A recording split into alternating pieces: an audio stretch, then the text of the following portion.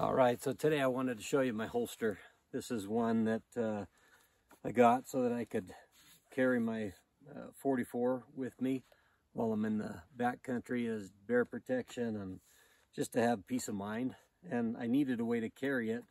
It's a pretty sizable, revolver, so I didn't want it on my waist, on my hip.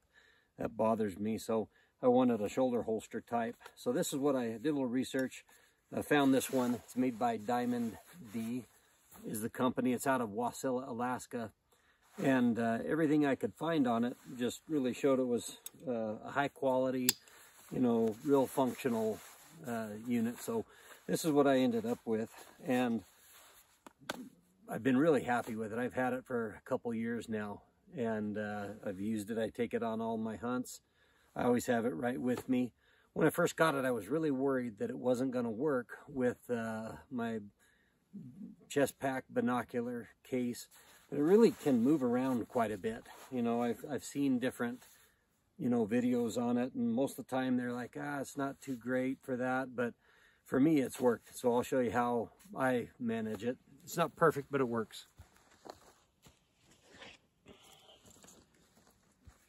So this is a Badlands, chest pack binoculars. I think one of the original ones.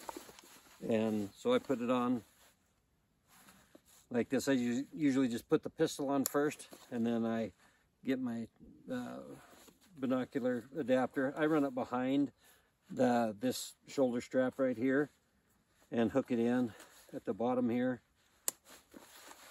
And then I always, when I use this, I still worry about that magnetic opening, so I go ahead and use the neck strap too. But I have them both on, and it's not perfect. There's no doubt about it. If I could, I'd have it be, fit a little better or more designed for it. But honestly, I haven't seen something that works better. And I don't want this on my hip. I can put my big backpack on. It has all my gear in it, and I can still get around out there with no problem. And if I need to, I can get this out quick. So it's not, again, it's not the perfect setup, but it really is functional. It works. And if you're, when you're hiking and just getting around, it really holds it to your body nice. It doesn't give me any kind of issues. I don't know if you can tell, but when you lean forward, it's still staying real close. It's got an adjustable strap here that you can pull tighter or looser. Sometimes when I'm doing this, I'll loosen it up a little and pull it more to the side. And then once it's over there, pull it back down.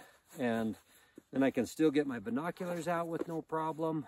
And, put them up, get back over to this as well. So, I don't know. I've been real happy with it. Let me get this binocular case off. I just show you that so that that was one of the big things I was worried about when I bought it. I thought, I don't think it's going to work with that, or I wondered if it would. It really does. So, but I'll get up here where you can get a better look at this. The quality of this holster is just fantastic. This is a 629 Smith & Wesson. They're made just for it. I told them I had the classic that was the 5-inch with the full lug. And I don't know if they made it just for it, but they had one for it. You can either get a speed loader pouch for this strap here. In this case, I just selected the ammo loop. Online, it shows that thing is pretty expensive just by itself, but I asked them about it when I talked to the gal there on Wesson, and she said they had a couple of seconds that I guess the color wasn't quite the same or whatever. I didn't care, so I went ahead and got that one. It just slides on, but everything about it's really nice. The stitching is awesome. I haven't had any issues. It has an open bottom end here that you can see. When I first got it, I wasn't sure I was going to like that. I thought, I don't want, mud and stuff to go up in there. But again, you consider this is on your chest, and you don't have to worry about that as much because you're not, when you've got it on your hip and you sit down an open-ended one like that, mud can jam up in there. What she was telling me is they all do that because the sticks and branches and little stuff, debris that falls down into the top can go ahead and get out the bottom and doesn't give you any issues. This little thumb brake, or whatever you call it, is pretty easy to get on and off. When I got it, it was a little stiffer. They say a lot of times people don't even use that, just so you can get the pistol out quick. It will stay in there pretty good even without it. You got to kind of pull to get that out, but it's a super good fit. One of the best holsters I've had. I've heard one of the things that people do is get rid of these plastic rings that hook the shoulder piece to the holster. You can see you got a couple of them, one here, and one here. And actually that one's metal. Yeah, that one's metal there, but these two are plastic, and I've heard people will take and put metal rings in there just to, you know, make that even more, you know, tougher. So to put it on, it's real easy. You just slip this arm through that opening, pull this around. Sometimes you gotta, you know, make sure you're not twisted up in the back, but then you just snap this in and you can adjust it with just a quick, easy pull. I think they have a little keep if you wanted to, so this tab's not hanging down, but I like to loosen it and tighten it as I go, just to reposition where it rides. This is a pretty heavy, you know, bulky pistol, and I can carry it all day without really any fatigue.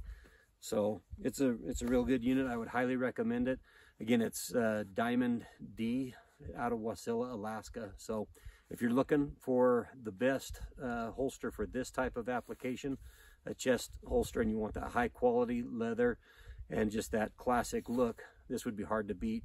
I think I paid about just under $200 for the holster itself, and then a little bit more for this. I can't remember what it was. I think on the discounted rate it was only about 20 bucks if I remember right. But to me, totally worth it. I know it's gonna serve me for years to come. So thanks for watching.